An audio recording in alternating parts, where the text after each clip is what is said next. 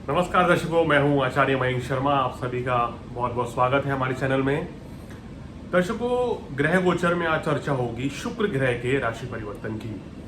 शुक्रदेव जो हैं 1 अगस्त को सिंह राशि से निकलकर कन्या राशि में प्रवेश करने जा रहे हैं और तकरीबन 1 माह तक, यानी कि पूरे 1 महीने तक ये नीच अवस्था में रहेंगे। और शुक्र जो है, आप सभी जानते हैं, अब तो प्रेम संबंध का कारक है, विवाह का कारक है, भोग विलासता का कारक है, सुख साधन का कारक है, सबसे इंपॉर्टेंट चीज धन का कारक है। और हमारे जीवन में सुख समृद्धि, कितनी मनोरंजन, कितनी मौज मस्ती जीवन में रहेगी, हमारा काम कारोबार कैसा रहेगा, इन सब चीजों का कारक शुक्र नीच के होने जा रहे हैं कन्या राशि में। और यहाँ बता दें कि कन्या राशि में शुक्र होंगे और शनि मीन राशि में वक्री अवस्था में है, तो शुक्र शनि का समसप्तक योग भी बनेगा। इस योग के चलते किन राशियों को जबरदस्त फायदा होगा और किन राशियों के लिए ये योग थोड़ा परेशानी भी दे सकता है, इसके बारे में आपको दर्शकों विस्तार से बताएंगे। साथ ही साथ ये बता दें कि शुक्र की शनि के ऊपर दृष्टि पड़ने से कहीं ना कहीं शुक्र के जो अशुभ फल हैं वो कुछ कम भी हो रहे हैं, तो ये भी एक अच्छी बात है।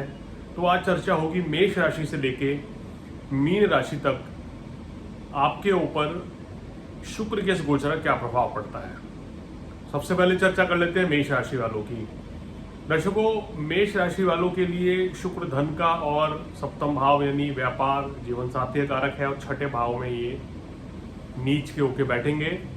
तो इस समय मेष राशि वालों को क्या ध्यान देना है? धन का निवेश करने से बचना है, अति कामुकता, अति भोग विलासता से बचना है, फिजूल खर्ची से आपको बचना होगा, अन्यथा तो आपका बजट जो है वो बिगड़ सकता है इस महीने। जीवन साथी के साथ मनमुटाव से बचें और उनकी सेहत का भी ख्याल रखें। वृषभ राशि वालों, पंचम भाव में शुक्र नीच के हो रहे हैं, संतान की सेहत के लिए विशेष सावधानी रखने की जरूरत है। संतान की सेहत का ध्यान रखें और प्रेम संबंधों में किसी भी तरह के मनमुटाव से बचें। शिक्षा में मन जो है भटक सकता है, तो पढ़ाई में मन जरूर लगाएं इस समय छात्र। फोकस ऑन योर स्टडी, ये आपके लिए बेहतर फॉर्मूला रहेगा। हालांकि वृषभ राशि वालों को सेहत को लेकर सावधान रहना है, लेकिन व्यापार नौकरी में काम के सिलसिले में की गई यात्रा लाभदायक होगी और व्यापार से लाभ भी मिलेगा। अब दर्शकों, चर्चा मिथुन राशि वालों की। चतुर्थ भाव में नीच के रहेंगे, तो मिथुन राशि वालों आपको इस समय घर से दूर जाने के योग बन रहे हैं। संबंधों में मनमुटाव की स्थिति पैदा हो सकती है। आपको सोच समझकर इस समय कोई भी निर्णय लेना चाहिए, जल्दबाजी में कोई निर्णय ना लें।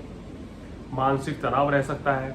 हालांकि कार्य व्यवसाय में आपको सफलता मिलेगी क्योंकि शुक्र की वहाँ उच्च दृष्टि है और शनि भी बैठे हैं, तो कार्य व्यवसाय नौकरी में अच्छा लाभ मिलने के योग बनते हुए नजर आ रहे हैं। चर्चा कर्क राशि वालों। कर्क राशि वालों, छोटे भाई बहन या मित्रों के साथ मनमुटाव से बचें।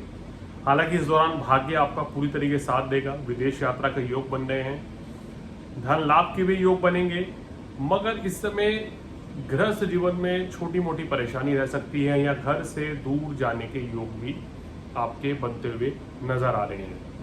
अब चर्चा सिंह राशि वालों की। सिंह राशि वालों, आपके लिए तो तृतीयेश और दशमेश हैं शुक्र, तो नीच के हो गए धन भाव में। धन का निवेश करने से बचें, किसी को पैसा उधार ना दें, सेहत का थोड़ा ध्यान रखें इस समय पे। कार्य व्यवसाय नौकरी में इस समय अगर परिवर्तन करना चाहते हैं तो सोच समझ कर करें। कार्य क्षेत्र में कोई भी लापरवाही ना करें और डिसिप्लिन फॉलो करेंगे तो आपके लिए अच्छा है। अपने ऑफिस के कलीग के साथ, वरिष्ठ अधिकारियों के साथ किसी भी तरह के मनमुटाव से आपको बचना होगा। अब चर्चा करते हैं कन्या राशि वालों की, जहां स्वयं शुक्र आके बैठ रहे हैं और नीच के शुक्र रहेंगे।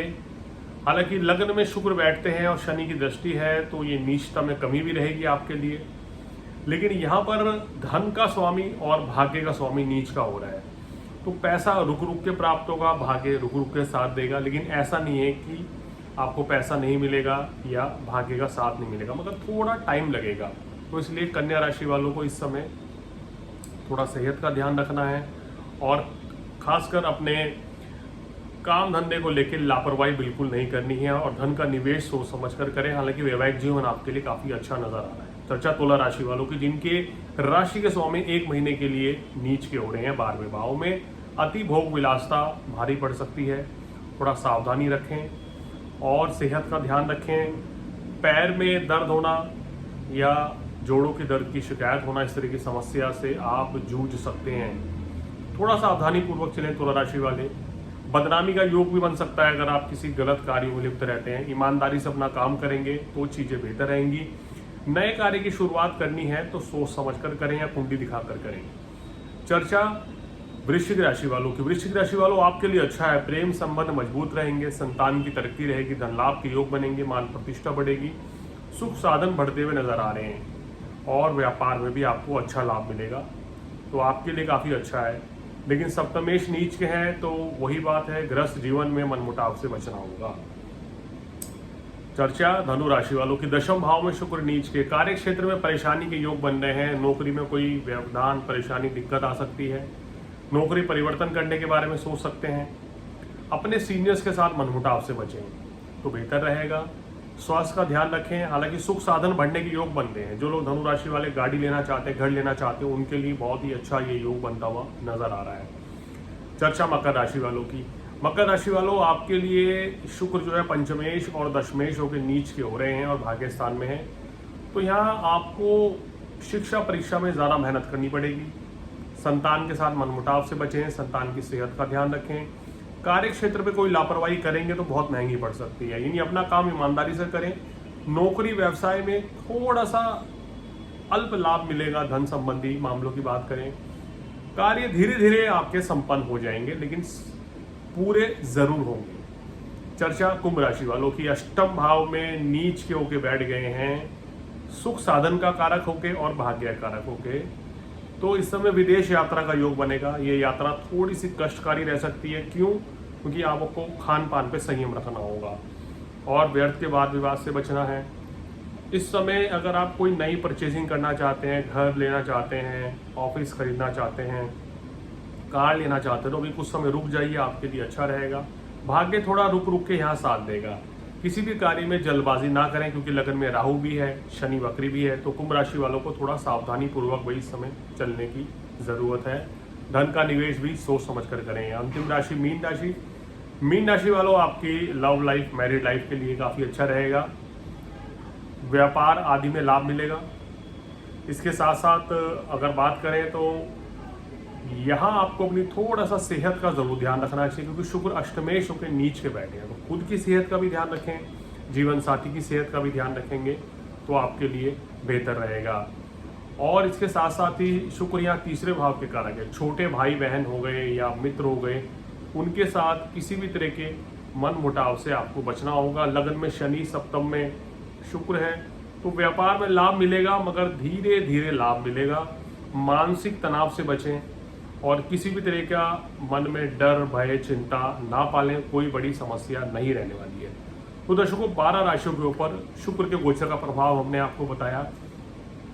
शुक्र को मजबूत कैसे किया जा सकता है, अब इसके बारे में बताएंगे। माँ लक्ष्मी की आराधना करें, शुक्रवार के व्रत कर सकते हैं। शुक्रवार के दिन दूध, दही, चावल का दान करें तो बहुत अच्छा रहेगा।